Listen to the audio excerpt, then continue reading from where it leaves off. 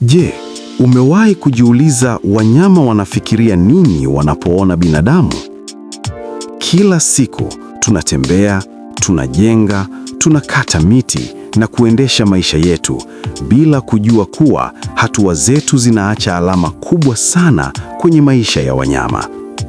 Binadamu wamekuwa chanzo kikubwa cha mabadiliko katika makazi ya wanyama.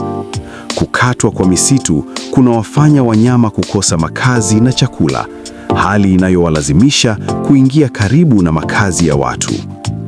Uwindaji haramu umepelekea wanyama wengi waliokuwa wakitawala pori kutoweka au kubaki wachache sana.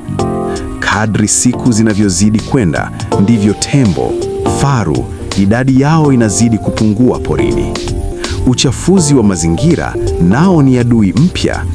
Plastiki, kemikali na taka zinaingia kwenye mito, bahari na ardhi na kuua wanyama taratibu bila sisi kugundua.